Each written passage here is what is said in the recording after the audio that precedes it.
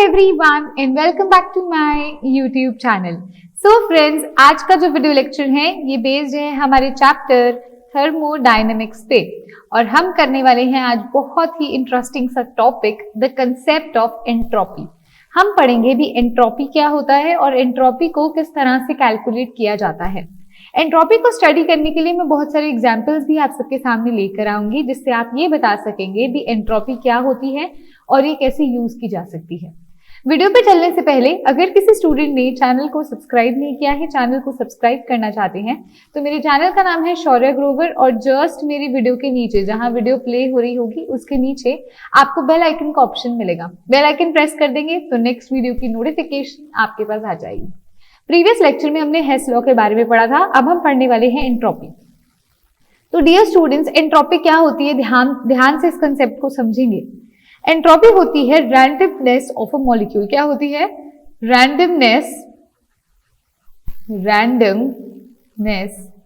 Of a molecule. इसको समझने के लिए मैं आपको एक चीज बताती हूँ। देखिए मॉलिक्यूल है, मान लीजिए ये मेरा एक पॉइंट है, ये पॉइंट मेरा क्या है? मॉलिक्यूल है। अब मैंने क्या किया, आप यहां देख सकते हो ये जो पॉइंट्स हैं मैंने इन्हें कनेक्ट कर दिया। मतलब ये जो मॉलिक्यूल है ये इधर से इधर जा रहा है, फिर ये मॉलिक्यूल इधर से इधर आ रहा है, फिर ये मॉलिक्यूल इधर से इधर जा रहा है। तो ये मॉलिक्यूल ए पॉइंट से बी पॉइंट में जा रहा है, फिर ये बी से सी पॉइंट में जा रहा है और फिर ये डी पॉइंट में जा रहा है। सिमिलरली यही वाला मॉलिक्यूल पहले ए पॉइंट पे था, फिर ये बी पॉइंट पर गया, फिर यही वाला मॉलिक्यूल सी पॉइंट पर गया और फिर यही वाला मॉलिक्यूल डी पॉइंट पे गया, फिर वापस से वो ए पॉइंट पर आया। तो ये एरोज उसे रिप्रेजेंट करती हैं। भी पहले मॉलिक्यूल ए से बी पे गया, फिर बी से सी पे, फिर सी से डी पे और फिर डी से ए पे गया। अब फिर से ये मॉलिक्यूल क्या करता है डियर स्टूडेंट्स? ए पॉइंट से बी पॉइंट पर गया, बी पॉइंट से सी पॉइंट पर गया, सी पॉइंट से डी पॉइंट पर गया, डी पॉइंट से ई पॉइंट पर गया और फिर ई पॉइंट से फिर से ए पॉइंट पर गया। तो ये क्या है? मॉलिक्यूल की मूवमेंट शो कर रहा है, मॉलिक्यूल की रैंडमनेस शो कर रहा है। क्या शो कर रहा है? ये हमें मूवमेंट शो कर रहा है या इसकी रैंडमनेस शो कर रहा है इस मॉलिक्यूल की। आप देख सकते हो ये मॉलिक्यूल एक पोजीशन से दूसरी पोजीशन, फर्स्ट वाले केस में ये मॉलिक्यूल कहां से कहां ट्रेवल कर रहा है? ये मॉलिक्यूल जा रहा है ए से बी, बी से सी और सी से ए। इतना क्लियर है? ये सेकंड वाला केस है और सेकंड वाले केस में मॉलिक्यूल कहां से कहां जा रहा है? ए से बी जा रहा है, फिर बी से सी जा रहा है, फिर सी से डी जा रहा है और लास्ट में डी से ए जा रहा है। ये थर्ड वाला अपना जो है ये है पाथ और इसमें क्या है? मॉलिक्यूल ए से बी जा रहा है, बी से सी जा रहा है, सी से डी जा रहा है और डी से ई जा रहा है। तो आप ध्यान से इस कंसेप्ट को समझोगे कि मैं यहाँ पे एक्सप्लेन करना चाहती हूँ। मैं आपको बता रही हूँ कि किसी भी मॉलिक्यूल की रैंडमनेस क्या कहलाती है? उसकी एंट्रोपी कहती है, किसी भी मॉलिक्यूल की रैंडमनेस। तो यहाँ पर आप देखिए मॉलिक्यूल बेसिकली क्या है? ए से बी जा रहा है, मॉलिक्यूल ऐसे ट्रैवल कर रहा है, मतलब यहाँ से यहाँ, यहाँ से यहाँ और फिर यहाँ से यहाँ। और सिमिलरली इस वाले केस में भी मॉलिक्यूल देखिए आप ध्यान से कहां ट्रैवल कर रहा है। तो आप समझ पा रहे हो भी मॉलिक्यूल इधर से इधर, फिर इधर, फिर इधर, फिर वापस से उधर। तो ज्यादा मैं कहूं मैक्सिमम रैंडमनेस किस स्ट्रक्चर में होगी? मतलब किस पाथ में होगी? इस पाथ में होगी, इस पाथ में होगी या इस पाथ में होगी? तीनों पाथ मैंने आपको ड्रॉ कर दिए हैं। इस पाथ में मॉलिक्यूल कुछ इस प्रकार से जा रहा है, इस पाथ में मॉलिक्यूल कुछ इस प्रकार से जा रहा है और इस पाथ में मॉलिक्यूल कुछ इस प्रकार से जा रहा है। मतलब ये ए पॉइंट तीनों में लिख देती हूँ। तो ये मॉलिक्यूल्स की क्या मैंने दिखाई? मूवमेंट दिखाई। मैं पूछती हूँ इन तीनों स्ट्रक्चर्स में से मॉलिक्यूल की मैक्सिमम रैंडमनेस कहाँ है? रैंडमनेस या मैं कहूँ भी आप देखिए मूवमेंट मैक्सिमम कहाँ है? तो ऑब्वियसली ये थर्ड है, जैसे ये सेकंड है और ये फर्स्ट है। तो ऑब्वियसली थर्ड के अंदर जो मॉलिक्यूल की है वो रैंडमनेस ज्यादा है। 1 सेकंड डियर स्टूडेंट्स,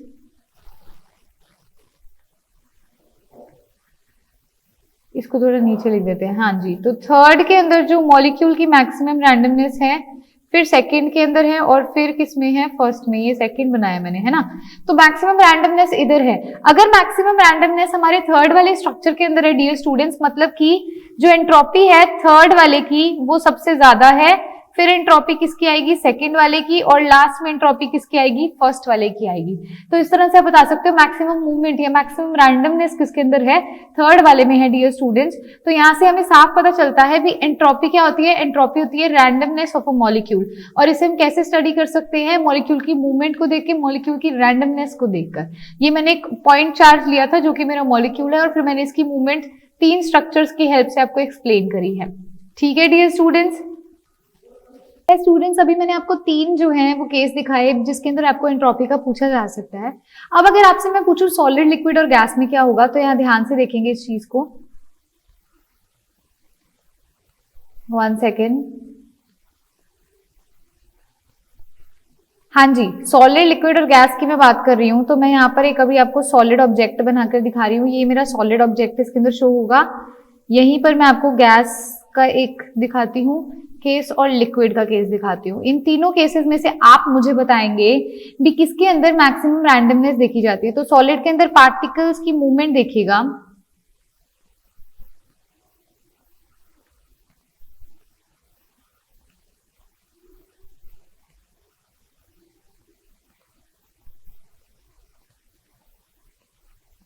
हाँ जी डियर स्टूडेंट्स। तो पहला केस ये मेरा किसका है, सॉलिड का केस है, जिसके अंदर आप देख सकते हैं पार्टिकल्स क्या है, टाइटली पैक्ड हैं।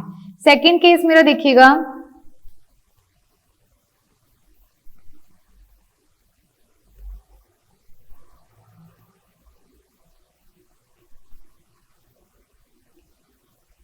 सेकंड केस है मेरा लिक्विड, और थर्ड केस है मेरा गैसियस का, यानी कि गैस का केस है।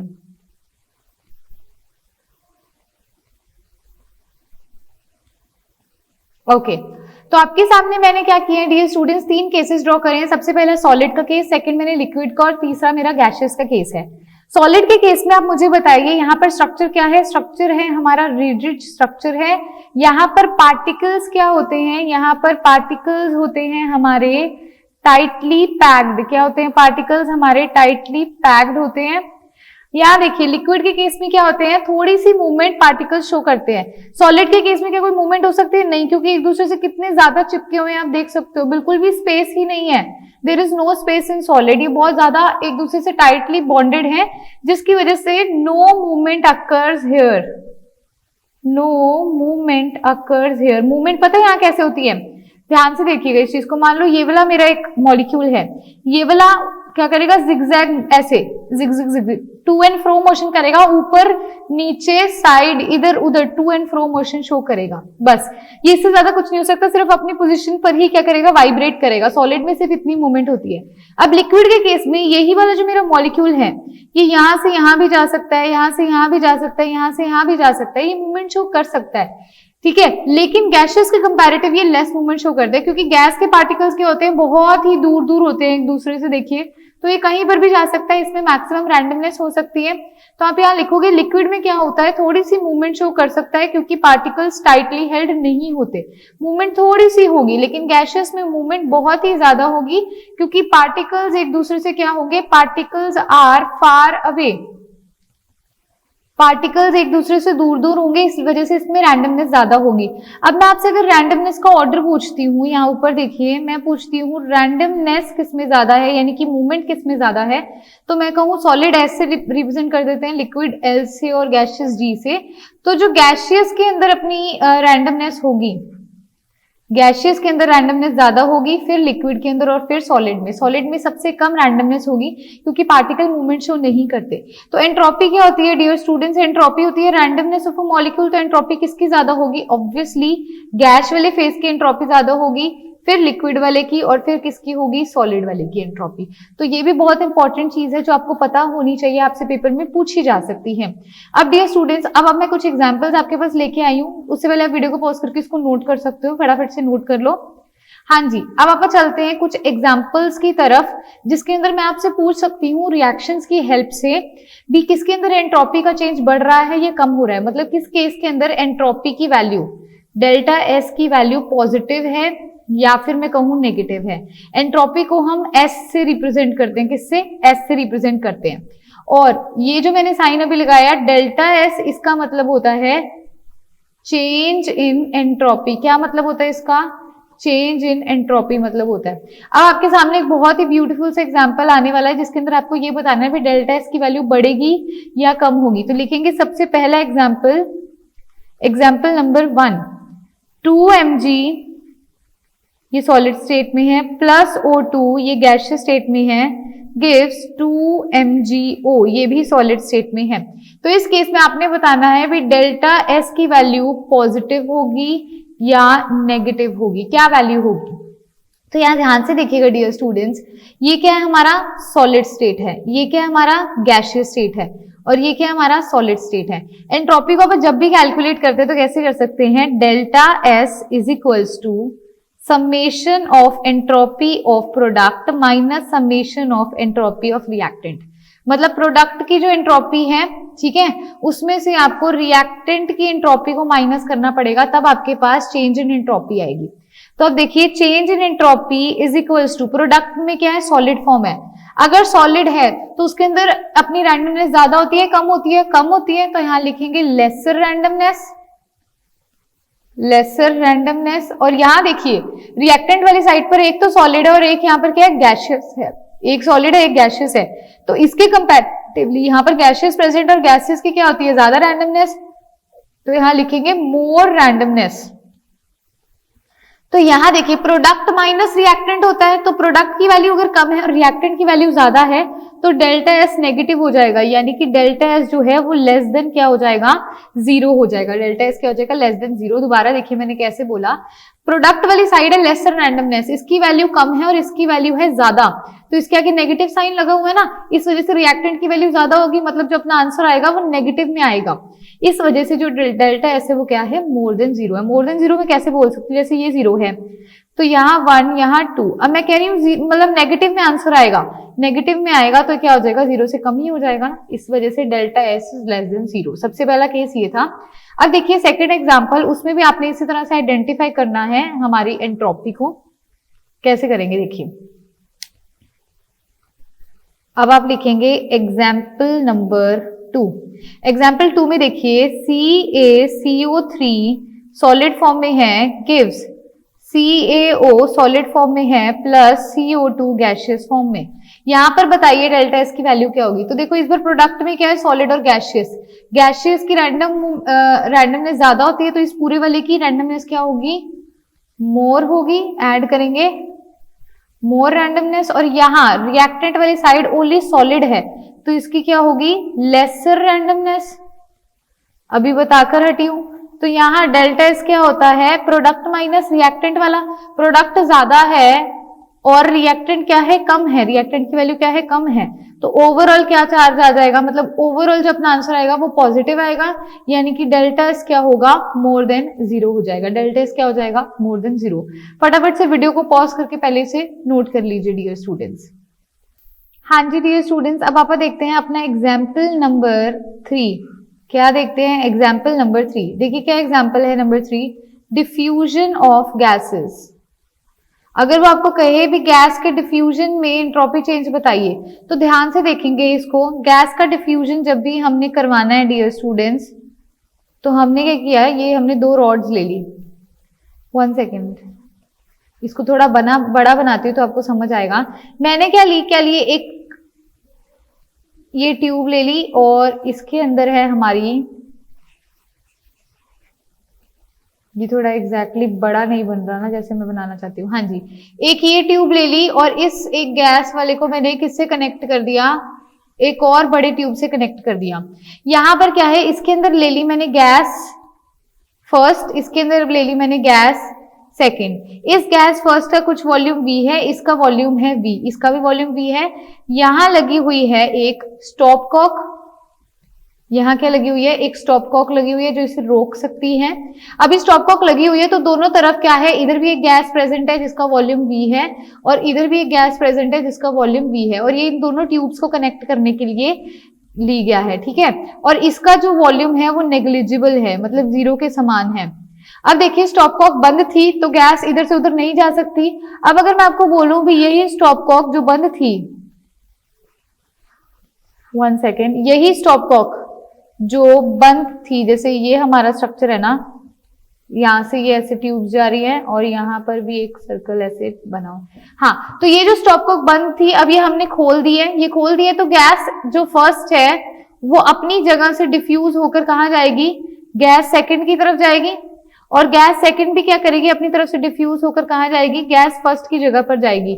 तो अब जो अपना मिक्सचर बनेगा यहाँ पर क्या प्रेजेंट होगा, गैस 1 प्लस सेकंड, और यहाँ पर भी अब हमें क्या मिलेगी, गैस 1 प्लस सेकेंड। मतलब पहले दोनों में गैस 1 और गैस 2 प्रेजेंट थी, हमने क्या किया, स्टॉप कॉक खोल दी तो दोनों तरफ गैसेस का क्या हो गया, डिफ्यूजन हो गया। गैस सेकंड अपनी जगह से थोड़ी सी डिस्प्लेस होकर फर्स्ट के पास चली गई और फर्स्ट वाली भी सेकंड के पास आ गई। तो अब मिक्सचर बन गया। तो अब मैं इसका अगर बोलूं वॉल्यूम कितना हो जाएगा, पहले अकेली का V था, दोनों का अब इकट्ठे होगी तो क्या हो जाएगा, V प्लस V यानी कि 2V, और इस वाली साइड भी कितना वॉल्यूम हो जाएगा, 2V। यानी कि वॉल्यूम क्या हो रहा है dear students, volume of gas क्या हो रहा है, इंक्रीज कर रहा है। इस चीज को ध्यान देखिए, वॉल्यूम अगर इंक्रीज कर रहा है मतलब रैंडमनेस बढ़ रही है, यहाँ पर रैंडमनेस बढ़ रही है तभी तो डिफ्यूजन हो रहा है, मॉलिक्यूल इधर से इधर जा रहा है, इधर से इधर जा रहा है, और गैसेस में तो वैसे भी ज्यादा होती है, तो वॉल्यूम बढ़ रहा है और रैंडमनेस भी क्या हो रही है, इंक्रीज हो रही है। और अगर रैंडमनेस इंक्रीज हो रही है तो हमारी एंट्रोपी भी क्या हो रही है, इंक्रीज हो रही है। तो डेल्टा एस क्या हो जाएगा, मोर देन 0 हो जाएगा। डेल्टा एस क्या हो जाएगा, मोर देन 0। फटाफट से वीडियो को पॉज करके इसको पहले नोट करेंगे डियर स्टूडेंट्स। डियर स्टूडेंट्स, तो नेक्स्ट एग्जांपल देखते हैं, एग्जांपल नंबर 4। वो ये है भी, अगर आप करें भी, जब कार्बन ग्रेफाइट फॉर्म से डायमंड फॉर्म में कन्वर्ट होता है, मतलब एक एलोट्रोपिक फॉर्म से दूसरे एलोट्रोपिक फॉर्म में कन्वर्ट होता है, तो डेल्टा एस में अपना क्या चीज आता है। तो यहाँ पर देखिए, जो आपको एक चीज बता, जो ग्रेफाइट का स्ट्रक्चर होता है और जो डायमंड का होता है ना, उसमें डायमंड का जो स्ट्रक्चर होता है वो रिजिड होता है, जैसे सॉलिड लाइक स्ट्रक्चर होता है। ग्रेफाइट का ऐसा नहीं होता, ग्रेफाइट के अंदर रैंडमनेस अकर करती है उनके मॉलिक्यूल्स के बीच में। तो जो ग्रेफाइट वाला होगा उसका जो हमारा एंट्रोपी होगा वो ज्यादा होगी, उसकी entropy as compare to diamond वाले की, क्योंकि डायमंड एक सॉलिड लाइक ऑब्जेक्ट है, रिजिड है, तो उसकी एंट्रोपी कम होगी। तो अगर रिएक्टेंट की अपनी कहीं यहाँ पर ज्यादा होगी तो डेल्टा एस का क्या फॉर्मूला होता है, summation of entropy of product minus summation of entropy of reactant. Product की कम है और रिएक्टेंट की ज्यादा है तो एंट्रोपी की नेगेटिव वैल्यू आ जाएगी, यानी कि डेल्टा एस क्या हो जाएगा, लेस देन 0 हो जाएगा। तो इस तरह से आप फाइंड आउट कर सकते हैं रिएक्शंस में entropy based on the given condition, भी वो सॉलिड है, लिक्विड है या गैसियस है, इस प्रकार से। अब हम स्टूडेंट्स चलते हैं, हमारे भी डिफरेंट केसेस के अंदर एंट्रोपी की क्या इक्वेशन आती है, यानी कि एंट्रोपी को हम किस तरह से कैलकुलेट कर सकते हैं। तो फटाफट से वीडियो को पॉज करके पहले आप इसे नोट करेंगे। तो हाँ जी स्टूडेंट्स, अब हेडिंग डालेंगे how to calculate entropy. How to calculate entropy. Entropy को हम कैसे कैलकुलेट कर सकते हैं, तो मैं आपको बता दूं, एंट्रोपी को हम डेल्टा एस से, चेंज इन एंट्रोपी को डेल्टा एस से रिप्रेजेंट करते हैं, और इसका फॉर्मूला होता है delta S is equals to Q reversible upon temperature in Kelvin. ये एंट्रोपी का क्या होता है, फॉर्मूला होता है, Q reversible by temperature in Kelvin. फटाफट से इसको नोट करो पहले। अब देखो डियर स्टूडेंट्स, डिफरेंट केस लेने वाली हूं। सबसे पहले मैं ले रही हूं केस नंबर फर्स्ट, ध्यान से देखना। केस नंबर फर्स्ट में ले रही हूं for isothermal process, for isothermal process. Isothermal process के लिए समझेंगे कैसे, आइए देखिए। हाँ जी, आइसोथर्मल प्रोसेस में एक चीज बताइए, टेम्परेचर क्या होता है अपना, कांस्टेंट होता है, बिल्कुल सही। अगर टेम्परेचर कांस्टेंट है तो चेंज इन इंटरनल एनर्जी क्या होता है अपना, 0। ये तो आपको पता ही है, मैंने आपको बता ही रखा है। आइसोथर्मल प्रोसेस के लिए टेम्परेचर कांस्टेंट होगा और चेंज इन इंटरनल एनर्जी को हम आई और यू दोनों से रिप्रेजेंट करते हैं, वो किसके इक्वल होगा, 0 के। तो अब यहाँ पर देखिए, अगर मैं ये लिखूं delta S is equals to Q reversible upon T, ये अपना फॉर्मूला है, आपने आइसोथर्मल के लिए निकालना है। तो अब देखिए, सबसे पहले मैं क्यू रिवर्सिबल की वैल्यू निकालती हूँ। मैंने आपको बता रखा है Q reversible for isothermal process, ठीक है। इसको कैसे निकालेंगे, फर्स्ट लॉ ऑफ थर्मोडायनेमिक्स क्या होता है, delta U is equals to Q plus W. अगर डेल्टा यू 0 है तो क्यू किसके इक्वल हो जाएगा, माइनस डब्ल्यू के। अब वर्क डन आपको पता है, वर्क डन का फॉर्मूला निकलवा चुकी हूँ, क्या होता है, माइनस साइन ये वाला आगे लगाएंगे। अब डब्ल्यू की वैल्यू क्या होती है, minus 2.303 nRT log to the base 10 V2 by V1। ये हम कैलकुलेट कर चुके हैं ना प्रीवियस लेक्चर में, मतलब प्रीवियस टू प्रीवियस लेक्चर्स में। W की वैल्यू कैलकुलेट कर दी मैंने इस फॉर्मूला में। अब मैंने Q रिवर्सिबल निकाल लिया, मेरा Q रिवर्सिबल कितना आ गया, 2.303 nRT log to the base 10 V2 by V1। अब मैं क्या करूंगी, डेल्टा एस वाले फॉर्मूला में इसकी वैल्यू डालूंगी, डेल्टा एस होता है क्यू रिवर्सिबल बाय टी। तो क्यू रिवर्सिबल है 2.303 nRT log to the base 10 V2 by V1 divided by T. तो यहां से ये टी और ये टी कैंसिल हो गया, तो मेरा डेल्टा एस कितना आएगा 2.303 nR log to the base 10 V2 by V1। तो ये मैंने क्या निकाल लिया, डेल्टा एस निकाल लिया। किस प्रोसेस के लिए, आइसोथर्मल प्रोसेस के लिए। ठीक है, तो इस तरह से हम क्या कर सकते हैं, डिफरेंट प्रोसेसेस के अंदर डेल्टा एस की वैल्यू निकाल सकते हैं। सबसे पहला केस था आइसोथर्मल का और इसके अंदर हमने इसे कैलकुलेट कर लिया। अब ये मैंने वॉल्यूम की टर्म्स में इसको कैलकुलेट किया, आप इसे प्रेशर की टर्म्स में भी कर सकते हो। अगर प्रेशर की टर्म्स में लिखोगे तो P1 बाय P2 हो जाएगा और वॉल्यूम की टर्म्स में करो तो V2 बाय V1 हो जाएगा। ठीक है डियर स्टूडेंट्स, फटाफट से वीडियो को पॉज करके लिखो। अब हम करने लगे हैं केस नंबर 2। हाँ जी डियर स्टूडेंट्स, आई गेस ये कट गया थोड़ा सा नीचे से, तो मैं इसको थोड़ा ऊपर करके लिखती हूँ। इसको यहां से एक बार इरेज करके और यहां लिख देती हूँ ताकि आपको समझ आ जाएगा, स्पेस बन जाएगी। हाँ जी, अब नोट कर लीजिए, यहां से अपना जो आएगा डेल्टा एस वो आ जाएगा 2.303 nR log to the base 10 V2 by V1। ठीक है, ये अपना आ जाएगा आइसोथर्मल के लिए। अब आप चलते हैं हमारे नेक्स्ट प्रोसेस की तरफ। देखिए डियर स्टूडेंट्स, केस 2 लिखेंगे for adiabatic process. Case number 2 for adiabatic process. अब एडियाबैटिक प्रोसेस याद कीजिए क्या होता था, जिसके अंदर जो आपका ये होता था हीट एक्सचेंज, ये कितना होता था 0। तो क्यू रिवर्सिबल इस बार 0 है, हीट एक्सचेंज यानी कि अपना 0 है। ये मैं आपको बता चुकी हूँ ना, एडियाबैटिक प्रोसेस में हीट एक्सचेंज 0 होता है, मतलब क्यू रिवर्सिबल 0 हो गया। तो डेल्टा एस का फॉर्मूला क्या होता है, क्यू रिवर्सिबल अपॉन टी, यानी कि डेल्टा एस कितना हो जाएगा 0। किस केस के लिए, एडियाबैटिक केस के लिए। अब आप देखते हैं अपना केस नंबर 3। पहले इसको इरेज कर देती हूँ क्योंकि फिर स्पेस नहीं बचती। हाँ जी, अब देखिए केस नंबर 3 क्या है डियर स्टूडेंट्स। केस नंबर 3 है for isochoric process. Isochoric process में क्या होता है, अपना चेंज इन वॉल्यूम, यानी कि जो वॉल्यूम होता है वो कितना होता है, कांस्टेंट हो जाता है। अगर अपना वॉल्यूम कांस्टेंट हो जाएगा तो आप एक सीवी टर्म यूज करते थे जिसे आप क्या बोलते थे, हीट कैपेसिटी। क्या बोलते थे, हीट कैपेसिटी बोलते थे। अब आपको पता है मतलब delta S is equals to delta Q reversible upon T. हम क्या करते हैं, स्मॉल डी किस लिए यूज करते हैं, स्मॉल चेंज के लिए, और डेल्टा डी किस लिए यूज करते हैं, फॉर बिग चेंज। तो मैंने यहाँ क्या किया, एंट्रोपी के अंदर स्मॉल चेंज के लिए delta S is equals to d Q upon T लिख दिया। अब मैं यहाँ पर क्या लिख सकती हूँ, इसको हम करेंगे इंटीग्रेट। इंटीग्रेट करेंगे तो क्या होगा, डेल्टा एस लिमिट क्या होगी, S1 से S2 is equals to delta Q by T, limit क्या होगी T1 से T2। इतना क्लियर है। अब आपको पता है Q क्या होता है, NCV डेल्टा T। अगर वॉल्यूम कांस्टेंट है तो Q क्या होता है, NCV डेल्टा T। अब इसमें पुट करेंगे तो यहां से अपने पास क्या आ जाएगा, यहां से आएगा delta S is equals to NCV। ठीक है, डेल्टा T है, लिमिट क्या है T1 से T2, तो यहां से क्या आ जाएगा ln T2 bye T1। Delta S कितना आ जाएगा, NCV ln T2 by T1। तो यहां से मैं डेल्टा एस की पूरी की वैल्यू अगर लिखना चाहूं तो क्या होगा, ठीक है, ln को कन्वर्ट करूंगी लॉग में, 2.303 NCV log to the base 10 T2 by T1। ये क्या आ जाएगा, मेरा डेल्टा एस आ जाएगा फॉर आइसोकोरिक प्रोसेस। किस प्रोसेस के लिए, आइसोकोरिक प्रोसेस के लिए। अब आप देखेंगे आइसोबारिक प्रोसेस के लिए, उससे पहले वीडियो को पॉज करके इसको नोट कर लीजिए।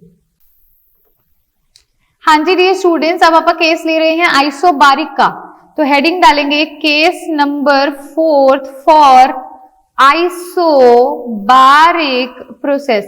आइसोबारिक प्रोसेस में क्या होता है डियर स्टूडेंट्स, प्रेशर कांस्टेंट होता है। प्रेशर कांस्टेंट है तो आप सीपी टर्म लेंगे, हीट कैपेसिटी, ये क्या होगी, मोलर हीट कैपेसिटी। अब देखिए डेल्टा एस निकालते हैं, सेम वही ds is equals to d Q upon T. Integration करेंगे तो delta S limit from S1 to S2 is equals to delta Q by T, limit क्या है T1 से T2। अब Q की जगह हम क्या लिख सकते हैं, NCP डेल्टा T, ये पढ़ा चुकी हूं पहले आपको। तो यहां पर पुट करेंगे क्या होगा, NCP dt from limit T1 to T2 by T है ना। अब यहां से आएगा delta S is equals to N C P L N T2/T1। तो इसको अगर मैं लॉग में कन्वर्ट करूं डियर स्टूडेंट्स, तो ये क्या आ जाएगी, देखिए delta S is equals to 2.303 NCP log to the base 10 T2/T1। ये किसके लिए आ जाएगा मेरा डेल्टा एस, ये मेरा डेल्टा एस आ जाएगा फॉर आइसोबारिक प्रोसेस। किस प्रोसेस के लिए, आइसोबारिक प्रोसेस के लिए। अब अपन लास्ट निकालेंगे change in entropy, last case number 5। फटाफट से पहले वीडियो को पॉज करके इसको नोट कर लो। हाँ जी डियर स्टूडेंट्स, अब लिखेंगे case number 5 for phase transformation.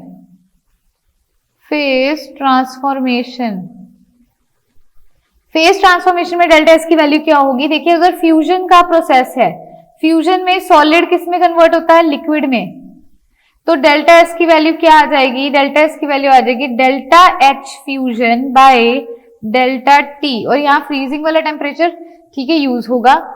ये अपना होगा सॉलिड से लिक्विड फ्यूजन का प्रोसेस।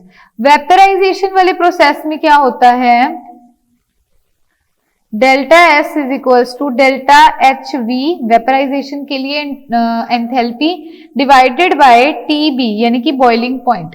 तो इस तरह से फेज ट्रांसफॉर्मेशन के सीधे फॉर्मूला याद करने हैं। यहाँ पर आपने उसको सॉरी नीचे डेल्टा लगा बैठी, यहाँ पे आपको नीचे फ्रीजिंग पॉइंट लेना है इधर, और यहाँ पे आपको नीचे क्या लेना है, बॉइलिंग पॉइंट लेना है। तो इस तरह से हमने क्या करे, 5 केसेस करे जिसके अंदर हमने क्या किया, एंट्रोपी को कैलकुलेट किया। तो आज के इस वीडियो लेक्चर के अंदर हमने स्टडी किया भी एंट्रोपी क्या होती है, रैंडमनेस होती है एक मॉलिक्यूल के, फिर कुछ एग्जांपल्स लेके देखे जिसमें हमें एंट्रोपी कैलकुलेट करनी है, भी पॉजिटिव होगी या नेगेटिव होगी, मोर देन 0 होगी या लेस देन 0 होगी। उसके बाद हमने प्रोसेस ऐसे देखी जिसके अंदर हम एंट्रोपी को कैलकुलेट करते हैं, जैसे आइसोबारिक, आइसोकोरिक, आइसोथर्मल, एडियाबैटिक और फेज ट्रांसफॉर्मेशन। तो हाँ जी डियर स्टूडेंट्स, तो यहीं पर हमारा आज का वीडियो लेक्चर फिनिश होता है। नेक्स्ट लेक्चर में मिलेंगे नेक्स्ट टॉपिक के साथ। अगर आज का वीडियो लेक्चर आपको अच्छा लगा है तो लाइक जरूर करना है, बहुत अच्छा लगा है तो कमेंट करना है कमेंट सेक्शन में, एंड जिन्होंने चैनल को सब्सक्राइब नहीं किया है चैनल को सब्सक्राइब करना है, प्लस बेल आइकन को प्रेस कर दीजिएगा नेक्स्ट वीडियो की नोटिफिकेशन के लिए। सो अब हम मिलेंगे नेक्स्ट लेक्चर में। Have a good day students, thank you.